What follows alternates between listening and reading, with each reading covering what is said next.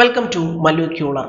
കുറച്ച് കാര്യങ്ങൾ ഡിസ്കസ് ചെയ്യും ബാഴ്സലോണ റിലേറ്റഡ് ആയിട്ടുള്ള നല്ല ഹാപ്പി ന്യൂസാണ് നമ്മളെ സംബന്ധിച്ചിടത്തോളം ഈ അടുത്ത് ഇങ്ങനെ പുറത്തു വന്നുകൊണ്ടിരിക്കുന്നത്. ഫസ്റ്റ് ഓഫ് ഓൾ നമ്മൾ ജോൻ ഗാർഷ്യനെ സൈൻ ചെയ്യാൻ വേണ്ടി പോവുകയാണ്. എല്ലാ കാര്യങ്ങളും സെറ്റായി കഴിഞ്ഞു. Everything is okay. ഇനിയിപ്പം ഫൈനലി ആ റിലീസ് ക്ലോസ് പേ ചെയ്യേണ്ട കുറവേ ഉള്ളൂ. പേഴ്സണൽ ടേംസ് കാര്യങ്ങൾ എല്ലാം എഗ്രി ആയിട്ടുണ്ട്. So here we go soon. എപ്പോൾ വേണമെങ്കിലും ഒരു ഹിയർ വി ഗോ വരാം എന്നുള്ളതാണ്. ഇവിടെ തന്നെ ഒരു ഹൈജാക്കിനുള്ള പോസിബിലിറ്റി ഒന്നും നമ്മൾ എന്തായാലും കാണുന്നില്ല. ആളായിരിക്കും നെക്സ്റ്റ് സീസണിൽ ബാഴ്സിൻ്റെ ഫസ്റ്റ് ചോയ്സ് ഗോൾ കീപ്പർ എന്നുള്ള കാര്യത്തിൽ സംശയമില്ല. ഓക്കെ, ഈ ഒരു ലാലിഗ സീസണിൽ ഏറ്റവും കൂടുതൽ സേവ് നടത്തിയിട്ടുള്ള പ്ലെയറാണ് നമ്മുടെ ജോൻ ഗാർഷ്യ.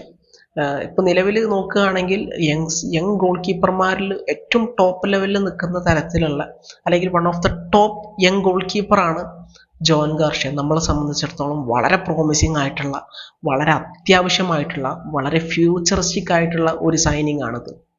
വളരെ യങ് ആണ്, നമുക്ക് കുറേ കാലത്തിന് യൂസ് ചെയ്യാൻ പറ്റുന്ന തരത്തിലുള്ള പ്ലെയർ ആണ്. പിന്നെ ആള് സ്പാനിഷ് ആണെന്നും കൂടി നമ്മൾ ഓർക്കേണ്ടതായിട്ടുണ്ട്. സോ അതാണ്. അപ്പം നെക്സ്റ്റ് സീസണിൽ നമ്മുടെ ഫസ്റ്റ് ചോയ്സ് ഗോൾ കീപ്പർ ആരായിരിക്കും? ജോൻ ഗാർഷ്യ ആയിരിക്കും. അതുപോലെ തന്നെ നെക്സ്റ്റ് ഒരു കാര്യം പറയുകയാണെങ്കിൽ നമ്മുടെ സെസനി കോൺട്രാക്ട് എക്സ്റ്റെൻഡ് ചെയ്യാൻ വേണ്ടി പോവുകയാണ്. 2027 വരെയാണ് ആൾ കോൺട്രാക്ട് എക്സ്റ്റെൻഡ് ചെയ്യാൻ വേണ്ടി പോകുന്നത്. സോ സെസനി എക്സ്റ്റെൻഡ് ചെയ്യുന്നതോടെ, ജോൻ ഗാർഷ്യ ടീമിലേക്ക് എത്തുന്നതോടെ ടെർ സ്റ്റെഗന് ടീമിൽ ഒരു സ്ഥാനം ഉണ്ടാവില്ല എന്നുള്ളത് 100% ഉറപ്പായിട്ടുണ്ട്. ക്ലബ്ബ് ടെർ സ്റ്റെഗനോട് ഇതിൻ്റെ കാര്യങ്ങളൊക്കെ ഡിസ്കസ് ചെയ്യുമെന്നാണ് പറയുന്നത്. സോ ഫൈനലി ടെർ സ്റ്റെഗൻ ടീം വിട്ടു പോകാൻ തന്നെയാണ് സാധ്യത. ഇപ്പോൾ ജർമ്മനിയിലൊക്കെ ഈ ഒരു കഴിഞ്ഞ മാച്ചിലൊക്കെ ആൾ നല്ല പെർഫോമൻസ് ആണ് കാഴ്ചവെച്ചത്. സോ വേറെ ക്ലബ്ബുകൾ ആളിൽ ഇൻട്രസ്റ്റ് ആവുമായിരിക്കും. സോ ആള് ക്ലബ്ബ് വിട്ട് പോകുന്നതാണ് അത് ക്ലബിനാണെങ്കിലും ആൾക്കാണെങ്കിലും ഏറ്റവും ബെറ്റർ. എനിവേ ഈ ജോൻ ഗാർഷ്യ ലെവലിൽ അല്ലെങ്കിൽ ഇപ്പോൾ സെസനി കഴിഞ്ഞ സീസണിൽ പുറത്തെടുത്ത പോലത്തെ പെർഫോമൻസ് ഒന്നും ഇനിയും ഞാൻ ഒരിക്കലും ബാഴ്സൻ്റെ ജേഴ്സിയിൽ നമ്മളെ ടെർ സ്റ്റെഗൻ്റെ അടുത്ത് പ്രതീക്ഷിക്കുന്നില്ല. സോ അതാണ് പറയാനുള്ളത് ഗോൾ കീപ്പറുടെ കാര്യത്തിൽ. പിന്നെ വേറെ ന്യൂസ് നിങ്ങൾ ഓൾറെഡി കേട്ടിട്ടുണ്ടായിരിക്കും. ലൂയിസ് ഡിയാസിൻ്റെ ഡീലിലേക്ക് ബാഴ്സ കടക്കൂല, അത് തീരുമാനമായിട്ടുണ്ട്. ഡിയാസിനെ വിൽക്കണമെന്ന് അവർക്ക് നിർബന്ധമില്ല, പോകണമെന്ന് ഡിയാസിന് നിർബന്ധമില്ല. ഈ ഒരു പൈസക്കാണെങ്കിൽ വാങ്ങാൻ ബാഴ്സക്കും താല്പര്യമില്ല. അതാണ്. സോ ആ ഡീലിൽ നിന്ന് നമ്മൾ നൈസായിട്ട് എസ്കേപ്പ് ആയിട്ടുണ്ടെന്നുള്ളതാണ്. പിന്നെ നമ്മളുടെ പിള്ളേരുടെ പെർഫോമൻസിനെ കുറിച്ചാണ് പറയാനുള്ളത്. ടോപ്പ് പെർഫോമൻസ് ആണ് ആ ഒരു ഫ്രാൻസ് വേഴ്സസ് സ്പെയിൻ മാച്ചിൽ നമ്മുടെ പിള്ളേരൊക്കെ പുറത്തെടുത്തത്. എസ്പെഷ്യലി യമാൽ ആൻഡ് പെഡ്രി തകർത്ത് കളിച്ചിട്ടുണ്ട്. യമാലൊക്കെ എന്താ പറയുക, തിയോ ഹെർണാണ്ടസിനൊക്കെ ഇട്ട് വട്ടം ചുറ്റിച്ച് പണ്ടാറടക്കി കളഞ്ഞു. ഗ്രേറ്റ് പെർഫോമൻസ് ആണ് യമാൽ പുറത്തെടുത്തത്. 2 ഗോളാണ് യമാൽ മാച്ചിൽ നേടിയിട്ടുള്ളത്. അതുപോലെ തന്നെ പെഡ്രി ഒരു ഗോൾ അടിച്ചു.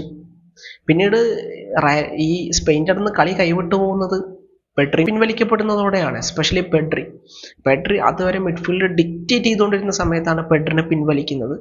അതോടെ കളി കയ്യിൽ നിന്ന് പോയി. പിന്നെ നമ്മുടെ സ്വന്തം എന്താ പറയുക, ഡാനി ഓൽമോ ഗ്രൗണ്ടിലേക്ക് പോയിട്ട് ഡാനി ഓൽമോക്കൊന്നും കാര്യമായിട്ടൊരു ഇമ്പാക്റ്റും കൊണ്ടുവരാൻ പറ്റില്ല എന്നുള്ളതാണ്. പിന്നെ എടുത്തു പറയേണ്ട കാര്യം എന്താണെന്ന് വെച്ച് കഴിഞ്ഞാൽ, ഈ 63-ാം മിനിറ്റിൽ പെഡ്രിനെ പിൻവലിച്ച് നന്നായി. കാരണം പെഡ്രി എന്ന് പറയുന്നത് റെസ്റ്റ് വേണ്ട തരത്തിലുള്ള പ്ലെയറാണ്. പെഡ്രി ആണെങ്കിലും യമാലാണെങ്കിലും ആരാണെങ്കിലും റെസ്റ്റ് വേണ്ട തരത്തിലുള്ള പ്ലെയറാണ്. സോ അതെന്തായാലും ലാഫ്ലോൻ്റെ അടുത്ത് നല്ല ഡിസിഷൻ തന്നെയാണ് വന്നത്. എനിവേ തോൽക്കൊന്നും ചെയ്തില്ലല്ലോ. 5-4 അവർക്ക് ജയിച്ച് കയറാൻ വേണ്ടി കഴിഞ്ഞു. അതാണ്, പിള്ളേർ തകർത്തുകൊണ്ടിരിക്കുകയാണ്. പിന്നെ എടുത്ത് പറയാനുള്ളത്, നമ്മുടെ കുബാർസിക്ക് ചാൻസ് കിട്ടിയിട്ടില്ല. കുബാർസി ബെഞ്ചിലായിരുന്നു. അതാണ് അവിടെ സ്റ്റാർട്ട് ചെയ്തിട്ടുണ്ടായിരുന്നത്. നോർമാൻഡും ഡീൻ ഹുയ്സണുമാണ്. രണ്ടുപേരും അത്യാവശ്യം നല്ല രീതിക്ക് കളിച്ചിട്ടുണ്ടെന്നുള്ളതാണ്. സോ അത്രയും കാര്യങ്ങളൊക്കെ തന്നെയാണ് പറയാനുള്ളത്. നിങ്ങളുടെ ഒപ്പീനിയൻസ് കാര്യങ്ങളൊക്കെ എന്തായാലും കമൻറ്റ് സെക്ഷനിൽ പറയാം. മറ്റൊരു വീഡിയോ കൊണ്ട് കാണാം. Thank you.